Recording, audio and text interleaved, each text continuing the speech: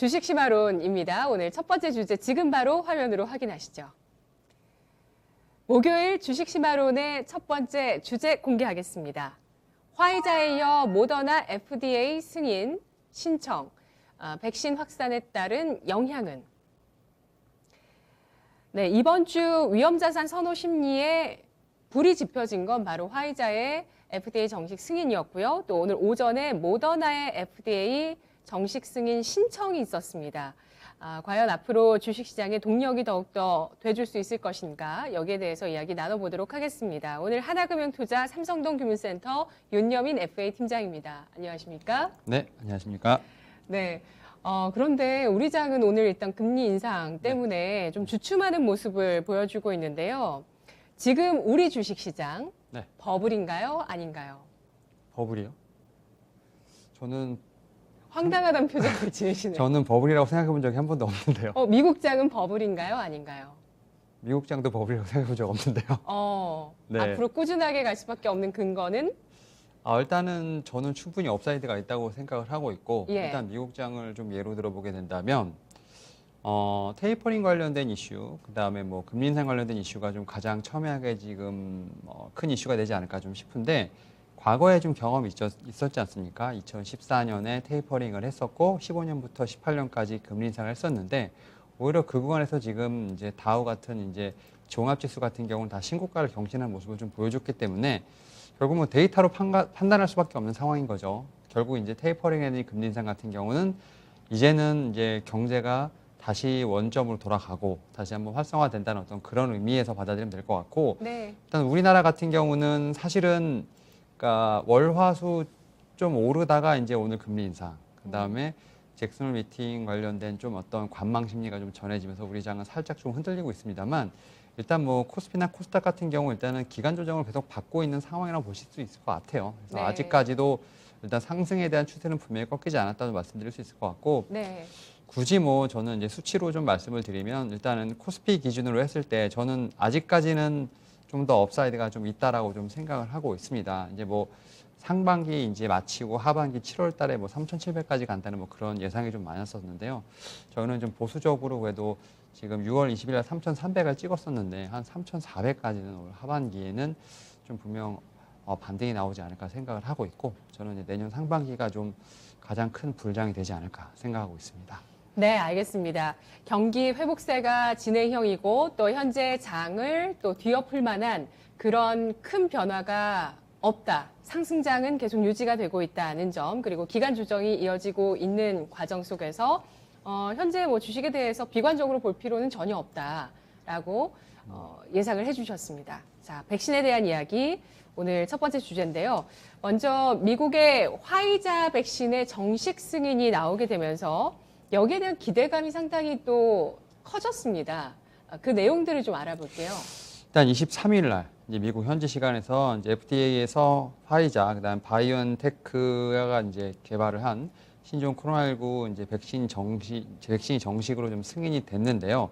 사실 이제 코로나19 백신 같은 경우는 사실 이제 긴급 승인을 통해서 긴급 사용 허가를 통해서 계속해서 지금 사용을 했었고요. 그러니까 지난 12월에 이제 긴급 사용 허가가 처음 났으니까 약 8개월 만이라고 말씀드릴 수 있을 것 같습니다. 사실 이제 긴급 사용 허가랑 이제 정식 승인에는 분명히 큰 차이는 분명히 있다라 말씀드릴 수 있을 것 같은데, 일단은 이제 정식 승인 같은 경우는 승인 절차라든지 요건이 좀 상대적으로 지금 임시조치보다는 당연히 좀 까다롭고 어떻게 보면은 그런 데이터를 다 본다라고 볼 수 있을 것 같은데, 일단 화이자가 정식 승인을 위해서 FDA 제출한 자료에 따르면 코로나19 백신에 관련된 효과는 그러니까 처음에 임시 승인 받을 때는 이제 95%였는데 91%로 사실 조금 낮아지긴 했습니다. 물론 이제 그만큼 데이터를 충분히 좀 가지고 시간을 좀 충분히 가지고 좀 임상 실험을 많이 했다라고 볼 수 있을 것 같고, 사실 이번 임상 실험 관련돼서는 뭐 미국이라든지 유럽, 터키, 남미 등 이제 4만 4천 명을 대상으로 임상을 좀 진행했기 때문에 충분히 데이터가 좀 확보된 상황이라 말씀드릴 수 있을 것 같습니다. 이에 따라서 일단은 화이자를 좀 시작으로 해서 여러 지금 이제 회사들의 백신의 어떤 정식 승인을 좀 기대해봐도 되지 않을까 생각을 하고 있습니다. 네. 지난해 연말에 긴급 사용 허가가 나왔는데요. 그때 이 허가가 나오기 전부터 백신에 대한 기대감이 있었던 시장 분위기가 아직도 기억이 납니다. 이제 백신을 맞기 시작하면 경기가 본격적으로 회복될 것이다. 이런 기대감이 작년 하반기에 있었는데요. 시장에서도 경제 성장률에 있어서 코로나19 백신이 굉장히 중요하다라고들 많이 얘기를 해왔잖아요. 팀장님이 보시기에 코로나19 백신의 접종의 중요성은 어디에 있을까요? 일단 보통 백신에 대한 부분들, 이제 백신을 맞았을 때 왜 맞아야 되느냐, 예방 효과가 없으면 굳이 그 백신은 맞을 필요가 없지 않느냐라는 어떤 그런 의문점이 있는데요. 사실 이제 물론 이제 코로나19를 걸리지 않게 하는 예방 효과가 첫 번째 목적이긴 합니다만 사실은 이제 걸려도 몸을 좀 아프지 않게 하는 것도 두 번째 효과가 있다고 생각을 하고 있습니다. 그러니까 예. 걸리더라도 몸이 아프지 않게끔 몸을 좀 보호하는 효과. 그 다음에 세 번째로 이제 코로나19로 사망하는 이제 사람들, 미국에서 보통 말씀하셨던 것 같은데 99% 이상이 지금 백신 미접종자라고 하기 때문에 사실은 이제 백신의 효과도 상당히 중요한 부분이 있겠지만 그 맞지 않았을 때 어떤 부작용도 상당히 크기 때문에 코로나19 백신을 좀 맞아야 된다고 생각을 하는데 사실 이제 미국의 접종률이 그렇게 높지는 않아요. 지금 어제 기준으로 했을 때 미국 같은 경우 1차 접종률이 60%. 그러니까 물론 네. 이제 완전히 다 맞은 접종률은 51%로 상당히 높기는 합니다만 네. 1차 기준을 봤을 때는 우리나라와는 그렇게 차이가 많이 나지는 않습니다. 우리가 완료 기준으로도 미국을 따라잡을 것 같아요. 우리나라 분들은 일단 한 번 맞으면 빨리빨리 해버려야 되거든요. 그러니까 예. 없어서 못 맞지 맞으려고 하는 의지는 상당히 강하다고 볼 수 있을 것 같은데 예. 이렇게 미국인들은 사실 이제 갈 수는 없잖아요, 미국에. 근데 이제 얘기를 들려보면 미국 같은 경우는 백신도 골라서 맞을 수 있고, 뭐 이민자들도 다 맞게 해주고, 어떻게 보면 인센티브도 제공하는 상황인데, 이렇게 1차 접종률이 높지 않은 이유는 사실은 좀 무서워서라고 합니다. 그러니까 맞게 됐을 때 이제 없는 상황에서 맞았다가 걸릴 수도 있다라고 생각을 하고, 뭐 부작용으로 어떻게 보면 사망할 수도 있던 이런 뉴스가 있기 때문에 네. 일단 무섭다는 이유가 가장 크다라고 생각이 들고 있습니다. 뭐 사망 뉴스가 눈에 보이고 네. 뭐 젊은 분도 맞았다가 뭐 어떤 병에 걸렸다더라 아니면 사망했다더라 이런 뉴스가 나오고 그리고 워낙 빨리 개발된 백신이다 보니까 그에 대한 신뢰가 좀 없는 그렇죠. 분들도 계신 것 같아요. 근데 이제 뭐 미국, 영국도 그렇고 이제 유럽 같은 경우는 사실 1차 접종에 대한 지금 그 접종률이 상당히 높아요. 특히 영국 같은 경우는 70%가 넘어가고 있고 그다음에 2회 접종률은 60%가 넘어가고 있는 상황이거든요. 그러니까 네네. 영국 같은 경우는 상당히 좀 많이 맞고 있는데 뭐 델타 변이라든지 뭐 4차 유행 같은 경우 영국에서 먼저 시작할 때도 어쨌든 접종을 좀 많이 했기 때문에 지금 사망자도 상당히 많이 줄어들었고 또 좀 델타 변이 관련돼서 입원하는 어떤 숫자도 많이 줄어들기 때문에 제가 볼 때 백신과 관련돼서는 그래도 좀 접종하는 부분이 좀 더 현명하지 않을까 하는 생각은 하고 있습니다. 네. 위드 코로나 국가로 지금 유명한 게 영국인데 영국 쪽에서는 이제 한 달 정도 접어들었습니다. 그러니까 코로나를 어떤 독감 수준으로 받아들이고 백신 접종을 하게 된다면 치명률이 많이 낮아지기 때문에 그냥 뭐 인정하고 뭐 걸리는 사람들도 있더라도 일상생활을 계속 유지하고 경제가 원활하게 돌아갈 수 있게 유지하는 그런 상황을 지금 영국은 한 달 정도 국면이 지나갔습니다.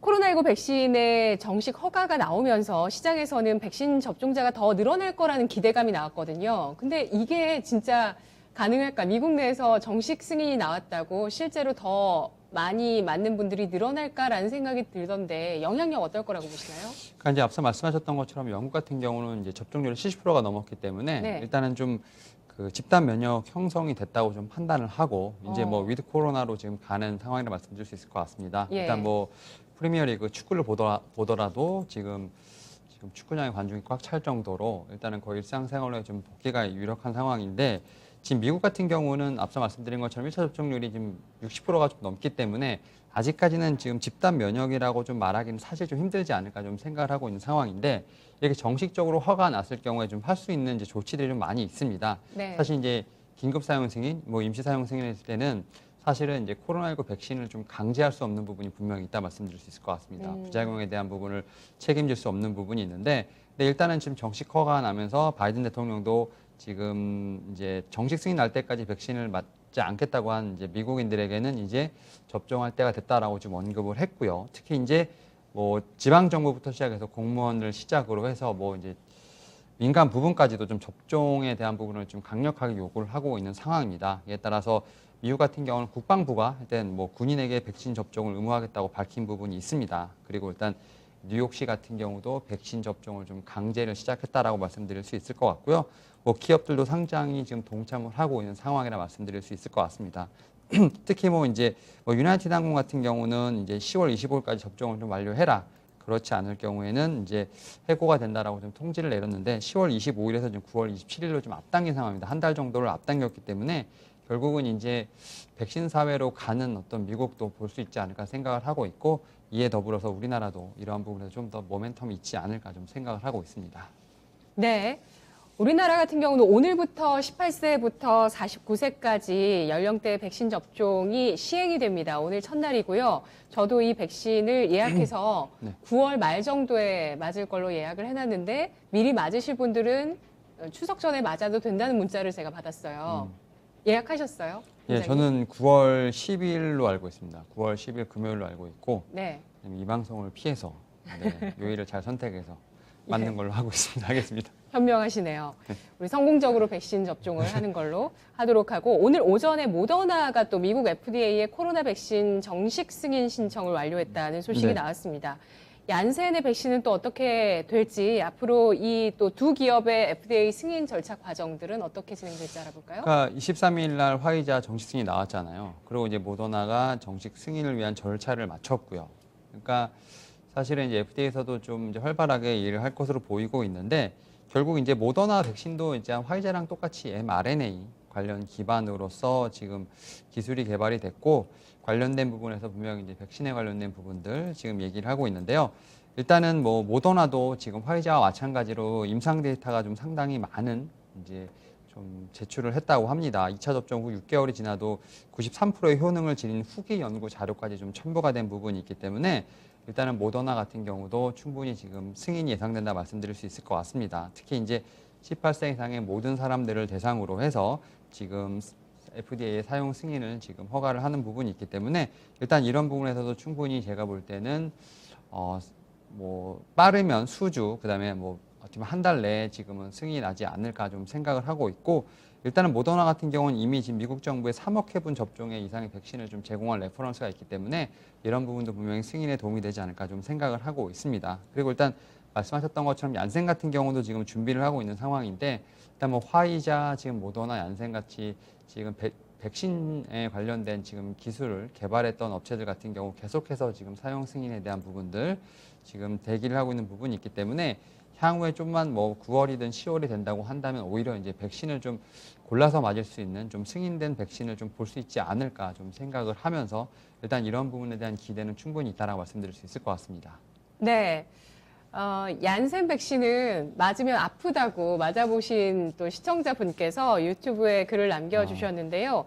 또 간밤에 나왔던 소식 보시면은 얀센의 백신의 그 부스터샷을 맞았을 때, 그러니까 2번 맞는 거죠. 2번 맞게 됐을 때 항체 수준이 최대 9배까지 높아졌다는 연구 결과가 나왔고요. 미국에서는 9월부터 이제 화이자, 모더나 또 얀센까지 부스터샷의 백신 접종이 시행될 것으로 예정되어 있습니다. 이렇게 됐을 때 이제 앞으로 글로벌 경기에 대한 어떤 우려감, 경기 정점에 대한 우려, 이런 게 좀 해소될 수 있을지도 너무나 궁금하고요. 관련한 종목 가운데서 또 투자할 만한 종목이 있을지도 알아봐야 되겠죠? 이제 백신과 관련된 뭐 종목들은 이제 사실은 좀 시대가 너무 많이 나왔죠. 사실 이제 뭐 삼성바이오로직스라든지 사실 SK 바이오사이언스 같은 경우는 뭐 이번 달에만 거의 뭐 그 큰 종목이 100% 이상 상승을 했죠. 2배 이상 상승한 부분이 있기 때문에 예. 일단은 100배면 버블이죠. 그렇죠. 예, 죄송합니다. 100% 이상, 110% 예. 정도 생각을 하고 있기 때문에 네. SK 바이오사이언스라든지 어떻게 보면 이제 삼성바이오로직스 같은 이제 좀 CMO 업체들, 백신 관련된 CMO 업체들 같은 경우는 현재 상황에서는 사실은 조금 매수가 이제 손이 좀 안 나가는 상황이 전 된다고 생각을 하고 있고 네. 오히려 이제 주가는 사실 좀 빠르게 반영을 하잖아요. 실제보다. 그러다 보니까 오히려 지금 시장에서는 이제 백신도 백신이지만 오히려 좀 치료제에 대한 부분을 좀 관심을 갖고 있지 않나 생각을 하고 있습니다. 경구용 치료제 개발되면은 또 위드 코로나 더 빨리 할 수 있다 이런 얘기도 있잖아요. 네, 그렇죠. 지금 여러 가지 지금 타입으로 지금 임상 계속 진행이 되고 있는 상황이고 사실 그런 측면에서 봤을 때 오히려 이제 치료제가 게임 체인저가 되지 않을까라는 생각도 좀 하고 있습니다. 예. 그래서 사실은 이 종목 1년 동안 이제 귀에 모시바토로 좀 들었던 종목일 것 같은데 셀트리온이라는 종목을 좀 주목해봐야 되지 않을까 지금 시점에서 분명히 좀 말씀을 드려보도록 하겠고 지금 9월에서 10월 정도에 이제 레키노나 삼상에 대한 긍정적인 좀 데이터가 나왔기 때문에 유럽에 지금 대출이 될 것으로 보이고 있고 지금 9월이나 10월 정도에 레키노나 승인 가능성이 상당히 좀 커지고 있는 상황이라 말씀드릴 수 있을 것 같습니다. 일단 유럽 승인을 좀 받게 되면 지금 기타 다른 국가로 승인이 좀 이어지지 않을까 좀 생각을 하고 있는데 일단 뭐 브라질이라든지 인도네시아 쪽에서는 긴급 사용 승인을 받아서 3분기 중에 좀 매출이 발생할 수 있지 않을까 좀 생각을 하고 있고 특히 이제 레키노라주 같은 경우는 FDA 연내 지금 승인 신청이 좀 기대가 된다라고 볼 수 있을 것 같습니다. 일단은 지금 이런 부분을 통해서 분명히 이제 레키노라주 관련된 부분에 어떤 모멘텀도 충분히 있다라고 말씀드릴 수 있을 것 같고 네. 그리고 이제 사실 동사 같은 경우는 바이오 시밀러 시장에 좀 글로벌 시장으로 좀 안착한 부분도 있어요. 최근에 네. 좀 여러 회사들과 좀 공동 개발을 하고 투자를 좀 받은 부분이 있는데 뭐 ADC라든지 mRNA 쪽에서도 좀 적극적으로 개발을 하고 있다라는 점 이에 따라서 바이오 시밀러 쪽의 어떤 성장 모멘텀도 지금 확보했다고 볼 수 있을 것 같고 네. 또 이제 마지막으로 국내 시장에서 봤을 때 가장 좀 중요한 이슈 중에 하나가 이제 셀트리온 3사 합병에 관련된 이슈가 아닐까 좀 싶습니다. 뭐 작년부터 얘기는 계속 나오고 있고요. 특히 네네. 이제 셀트리온 홀딩스, 셀트리온 제약의 이제 소액주주들이 좀 많기 때문에 주식 매수 청구권을 좀 방어하기 위한 합병 모멘텀을 분명히 기대할 수 있지 않을까 좀 생각을 하고 있습니다. 결국 그럼 합병하게 되면 3사 모두 주가가 오른다는 말씀이세요?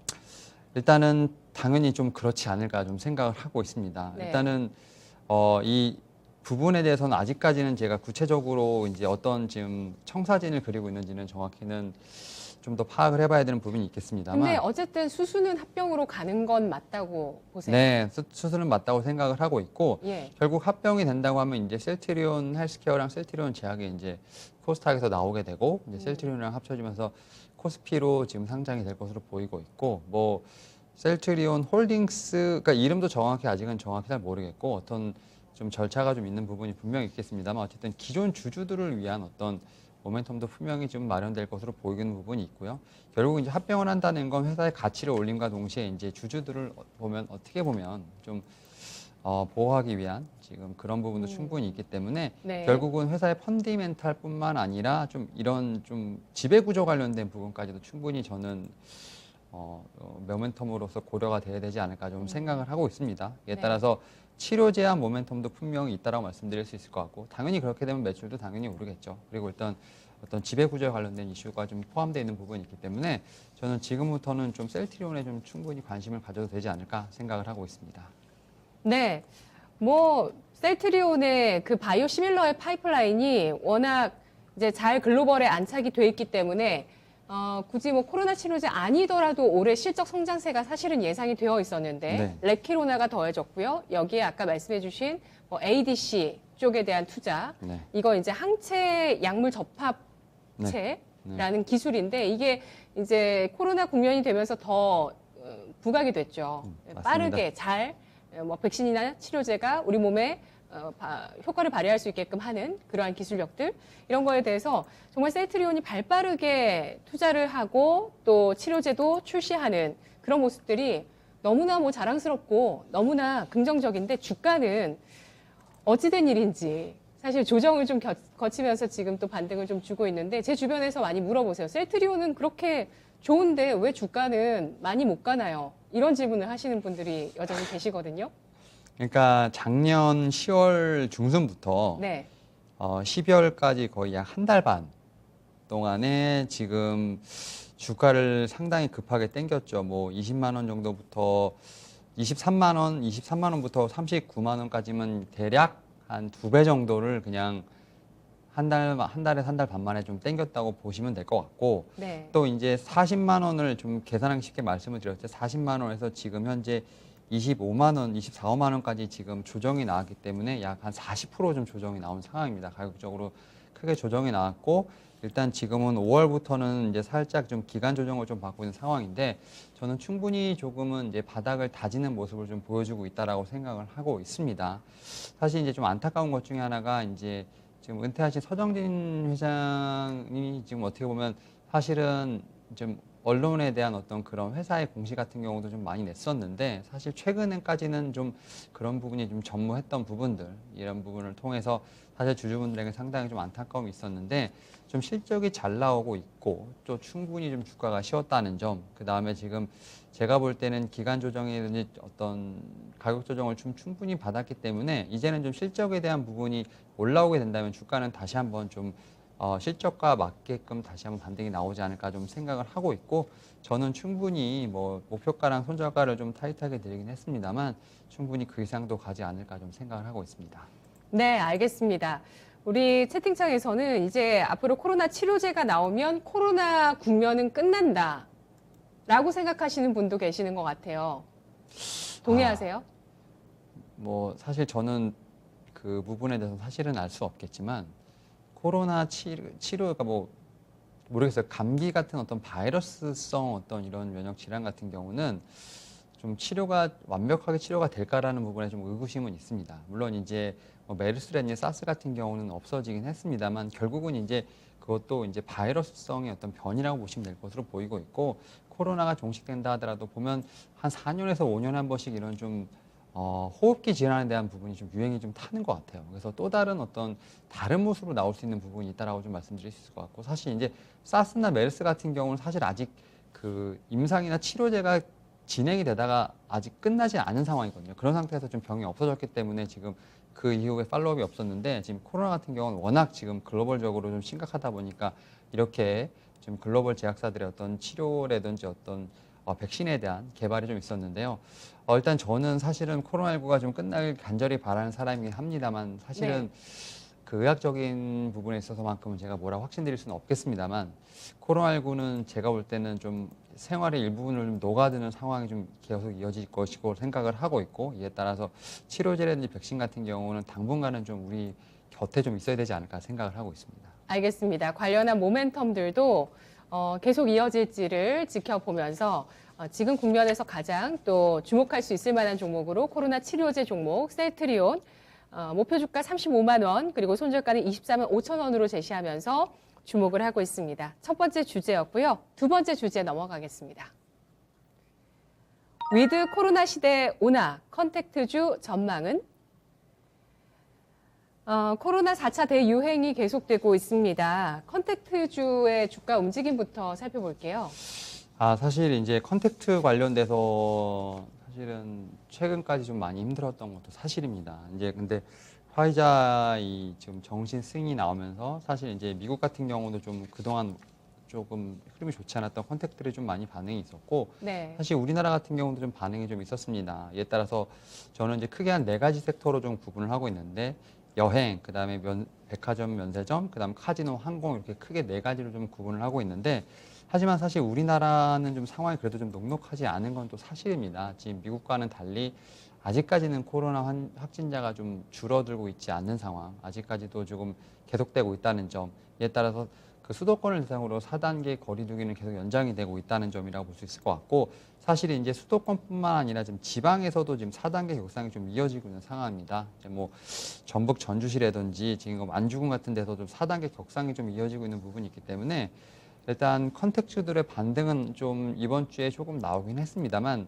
아직까지는 좀 갈 길이 멀다라는 생각에서 오히려 지금부터 좀 차분히 모아갈 수 있는 어떤 포인트는 되지 않을까 좀 생각을 하고 있는 상황입니다. 네, 정부 차원에서는 4단계 거리두기가 확진자 폭증을 막아주고 있다고 판단을 하고 있습니다. 그리고 추석을 앞두고 31일 전에, 다음 주 화요일이 31일인데요. 31일 전에 추석 대책을 발표할 거라고 합니다. 그러니까 이제 추석 국면 9월 들어서 우리가 거리두기를 해야 될지 말지 또 결정이 나올 것 같은데요. 코로나 예방 그 접종을 70%까지 도달하는 시기는 혹시 언제 정도로 예상하세요? 그러니까 일단 우리나라를 좀 뭐 말씀을 하시는 것 같은데, 일단 네, 우리나라. 삼성바이오로직스가 지금 모더나 백신 지금 생산을 시작한 걸로 알고 있는데, 네. 일단은 그렇게 되면 좀 더 좀 수월하게 우리나라가 좀 받아올 수 있는 부분도 좀 가능성이 있지 않을까 좀 생각을 하고 있거든요. 그리고 이제 지금 계속해서 발표가 나오고 있는데, 저는 좀 보수적으로 봤을 때 10월 정도까지는 충분히 좀 가능하지 않을까 좀 싶습니다. 뭐 그 질병관리 부분에서 여러 지금 국가기관에서 지금 휴대폰이라든지 지금 뭐 뉴스에서 나오는 걸 보게 된다면 사실 이제 빠르게 좀 접종 그 율이 좀 올라가고 있는 상황이기 때문에 네. 오히려 이제 그동안 좀 소외됐던 20대부터 50대까지 지금 접종 수도 빨리 늘어나고 있는 부분들, 이런 부분을 통해서 제가 볼 때는 늦어도 10월 전에는 좀 집단 면역을 형성할 수 있는 1차 접종까지는 좀 그런 부분을 좀 희망해 본다 말씀드릴 수 있을 것 같습니다. 네. 와. 1차 접종만 되면 뭐 2차 접종은 우리나라 분들은 금방 하실 것 같아요. 빨리 맞아야지 이게 마음이 놓이니까 일단 맞았으면 2차는 금방 맞을 것 같은데 10월 정도 70%의 예방 접종률, 집단 면역을 예상해 주셨고요. 앞서서 항공주 연구원도 이제 올 연말 추석 이때 해외 여행이 얼마나 늘어날지 아마 늘어날 거다 이렇게 예상을 해주신 분이 지난번에 또 출연을 하셨는데, 그러면 오늘 윤여민 팀장님이 여행주에 대해서 또 어떻게 보시는지 의견 들어볼게요. 사실 여행은 지금 코로나19에서 가장 좀 피해를 많이 본, 많이 망가진 섹터 중에 하나가 아닐까 좀 생각을 하고 있고, 대표적으로 뭐 하나 투어, 모두 투어, 이제 뭐 많이 들어보셨겠지만 참 좋은 여행, 노랑풍선 같은 종목들의 좀 피해가 좀 막심했는데, 사실 이제 재무제표를 좀 본다면 사실은 올해까지는 좀 영업 손실이 좀 확대되는 모습이 좀 지속되지 않을까 좀 생각을 하고 있습니다. 물론 이제 내년부터 좀 흑자 전환이 좀 예상이 되고 있는 상황인데요. 저는 이제 그 컨택트 관련돼서 좀 4개 섹터를 가져왔는데, 4개 섹터 중에서 가장 저는 좀 보수적으로 보는 쪽이 이제 여행 섹터라고 말씀드릴 수 있을 것 같습니다. 아직까지는 이제 해외 여행에 대한 부분이 확실하지 않기 때문에 저는 일단 여행 관련된 섹터, 특히 이제 뭐 하나투어나 원투어 같은 이런 종목들 같은 경우는 일단 실적 개선세가 좀 확실히 돌아서는지에 대한 부분을 관찰을 하시면서 오히려 좀 트레이딩 관점으로만 좀 접근해 보시는 게 어떨까라고 좀 말씀을 드려보도록 하겠습니다. 네, 알겠습니다. 코로나의 가장 큰 타격을 받은 여행주에 대해서 트레이딩 관점으로 접근하자는 의견을 주셨는데요. 그렇다면 백화점 면세점주에 대해서는 어떤 관점으로 접근을 해볼까요? 일단 저는 백화점도 사실은 좀 보수적이라고 생각을 하고 있습니다. 왜냐하면 이제 백화점 같은 경우는 이미 사실은 좀 수혜를 본 종목이 아닐까 좀 싶은데, 코로나19 관련돼서 좀 보복 소비란 단어를 최근까지 좀 계속 들었고요. 그러니까 사실 이렇게 보복 소비가 왜 일어난 거냐면 해외여행을 좀 못 갔기 때문에 그렇죠. 면세점에서 사야 할 이제 명품들 혹은 이제 물건들을 좀 국내 백화점에서 수요를 하게 되고 있고, 특히 이제 그러다 보니까 좀 명품에 대한 수혜가 좀 많이 있었고, 그런 부분들이 어떻게 보면 보복 소비로 이어지면서 좀 일단은 그 백화점들에 대한 부분이 상당히 좀 수요를 많이 받았다 생각을 하고 있는데, 그런 측면에서 봤을 때 현재 지금 상황에서도 아직까지도 뭐 명품 같은 경우는 좀 웨이팅이 있다라고 좀 얘기를 들었습니다. 그러니까 지금도 계속 매출은 꾸준히 일어나고 있는 부분이 있기 때문에 굳이 백화점을 하시게 된다면 오히려 좀 명품에 대한 어떤 수혜가, 명품에 대한 매출이 좀 높은 순서대로 좀 하시는 게 어떨까 생각이 들고 있고, 우리나라 3대 백화점 중에서 지금 명품에 대한 수혜가 가장 큰 게 현대백화점이라고 말씀드릴 수 있을 것 같습니다. 그리고 두 번째가 신세계, 그다음에 마지막으로 세 번째가 롯데쇼핑이죠. 그 롯데백화점이 이제 상장이 안 돼 있기 때문에 이렇게 보시면 될 것으로 보이고 있고, 오히려 저는 백화점보다는 면세점에 대한 수혜가 좀 더 크지 않을까 좀 생각을 하고 있는데, 사실은 면세점의 최대 수혜 종목이라고 했으니까 저는 호텔신라라고 생각을 하고 있습니다. 사실 이제 호텔이라고만 돼 있지만 결국 면세점 매출이 거의 70~80%에 가깝기 때문에 오히려 호텔신라가 면세점에 있어서 가장 큰 최대 수혜자가 되지 않을까 좀 생각을 하고 있고, 이번에 실적을 보더라도 영업이익이 뭐 464억 정도가 나오면서 사실은 뭐 기대치를 좀 33% 상회하는 모습이 좀 나오고 있다라고 볼 수 있을 것 같습니다. 특히 이제 시내점 면세점에 좀 증가했고 공항점도 좀 매출이 증가하고 있는 부분이 있기 때문에 오히려 지금 이렇게 리오프닝을 갔을 때는 좀 많이 눌렸던, 그래서 좀 피해를 많이 봤던 섹터가 오히려 좀 더 수혜를 본다라고 생각이 든다면 오히려 백화점보다는 면세점 쪽에 좀 더 좀 수혜가 예상되지 않나 말씀드려 보도록 하겠습니다. 네, 알겠습니다. 여행을 못 가니까 그 대신 나에게 주는 선물로 명품을 사시는 분들이 여자분들뿐만 아니라 요즘 남자분들도 관심이 많아지신 거를 주변에서 많이 보게 되는 것 같고요. 명품 소비 계속된다라고 보셨고, 그리고 이제 앞으로 여행을 또 가게 된다면 또 소비가 늘어날 수 있는 분야이기도 한 면세점주에 대해서도 의견 긍정적으로 주셨습니다. 카지노주 같은 경우도 이제 뭐 그런 물건 같은 거 사는 거 말고 진짜 여행을 가거나 뭐 이렇게 좀 레저를 즐기고 싶은 분들이 굉장히 많으신데 카지노주도 턴어라운드 기대감 가질 수 있을까요? 저는 카지노주는 상당히 좀 좋게 보고 있습니다. 일단은 뭐 면세점과 마찬가지로 상당히 좀 억눌려진 섹터인데 일단 카지노는 좀 두 종류가 있죠. 외국인 전용이 있고 내국인 전용이 있는데 일단 네. 강원랜드가 좀 내국인 전용이라고 볼 수 있을 것 같고 외국인 전용은 딱 세 종류밖에 없습니다. 지금 GKL, 파라다이스, 롯데관광개발이 있는데 사실 저는 이 세 종목 중에 이제 롯데관광개발과 파라다이스를 좀 토픽으로 좀 꼽고 있는 상황인데요. 의견이 진짜 다양한 것 같아요. 강원랜드가 V자 반등이 더 강하게 빠르게 나타날 수 있다고 보시는 의견도 있고요. 네. 외국인이 들어오는 게 언제부터일지 사실 예측은 불가능한데 그렇죠. 외국인 카지노가 더 좋다고 보시네요. 네, 일단은 지금 파라다이스나 롯데관광개발 같은 경우 외국인 전용인데 일단 말씀드렸던 것처럼 외국인이 지금 현재 못 들어온 상황이잖아요. 근데 네. 국내에 있는 외국인만으로도 지금 매출이 나오고 있는 상황입니다. 그런 상황에서 이제 해외에 있는 외국인이 들어오게 된다면 좀 더 그 매출을 폭발적으로 늘릴 수 있다라고 좀 보여지고 있는 부분이 있고요. 이제 롯데관광개발을 좀 설명을 드리고자 한다면 일단 이 회사 같은 경우는 9월에 호텔 타워 2가 지금 오픈이 됩니다. 제주도에서 상당히 지금 어떻게 보면 여름에 지금 수요에다가 지금 9월에 좀 오픈을 하게 된다면 추가적인 매출 수요가 있지 않을까 좀 생각을 하고 있고 이제 뭐 호텔 쪽이라든지 F&B 쪽에서도 좀 상당히 매출이 날 것으로 보이고 있기 때문에 일단은 뭐 롯데관광개발, 파라다이스, GKL 순으로 한번 보시면 좋지 않을까 말씀을 드려보도록 하겠습니다. 네, 알겠습니다. 자, 그러면 이제 마지막으로 코로나 피해주, 컨택트주 가운데 남아있는 건 항공주인데요. 항공주에 대해서는 어떤 의견이실까요? 여행주는 보수적인 의견을 주셨어요. 항공주는 어떠신가요? 항공주에는 제 탑픽 종목이 있습니다.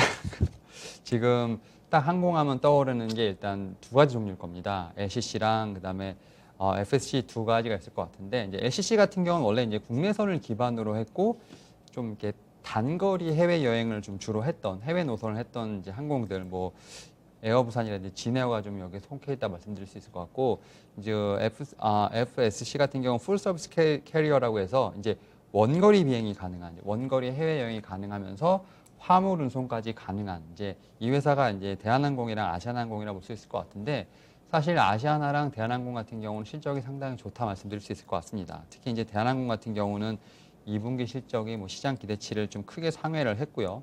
2010년 이후 2분기 실적 같은 경우 10년 이내 최대 영업이익을 달성을 했습니다. 결국 이제 대한항공 같은 경우는 이제 화물 운송으로서 지금 실적을 다 커버했다 볼 수 있을 것 같은데 작년 코로나19가 터지면서 이제 좌석을 다 뜯어내고 이제 그 부분을 이제 카고기로 쓰면서 화물로서 지금 매출을 올렸다 볼 수 있을 것 같은데요.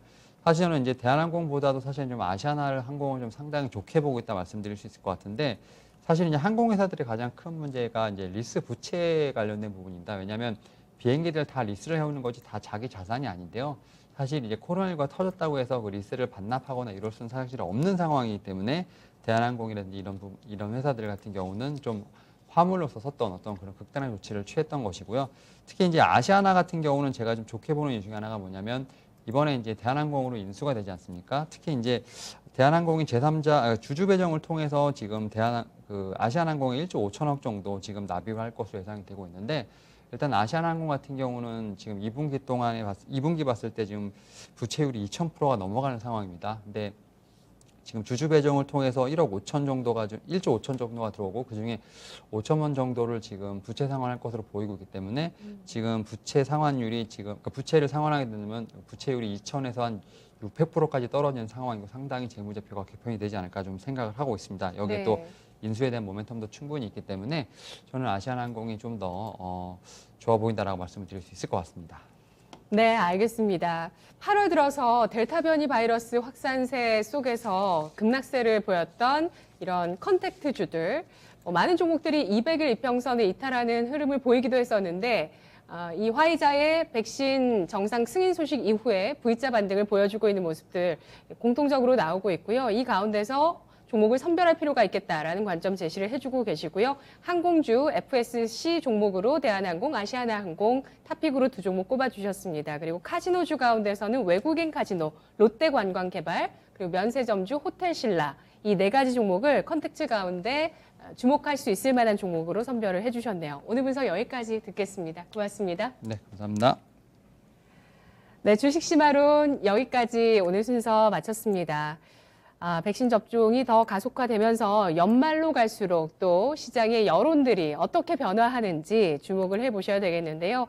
시장은 뭐 지난주 한 차례 좀 위기감을 겪었지만 그래도 1000포인트, 3100포인트 위에서 코스닥, 코스피 계속 움직임을 이어나가고요. 종목만 놓고 봤을 때는 참 많이 어지럽습니다. 급등락하고 있는 종목들도 많이 보이고 있지만 이 본질을 파악하면서 하반기 턴어라운드의 가속화가 가능한 그런 종목으로 선별하자는 의견들 계속 나오고 있습니다. 경제 정상화에 대한 기대감 오늘 이야기해봤습니다. 지금까지 투자 판단에 도움드릴 수 있는 정보들 전해드렸습니다. 다만 주가의 상승과 하락을 보장하지 않는다는 점 유의하시기 바라겠습니다. 오후장 마무리 잘하세요. 고맙습니다.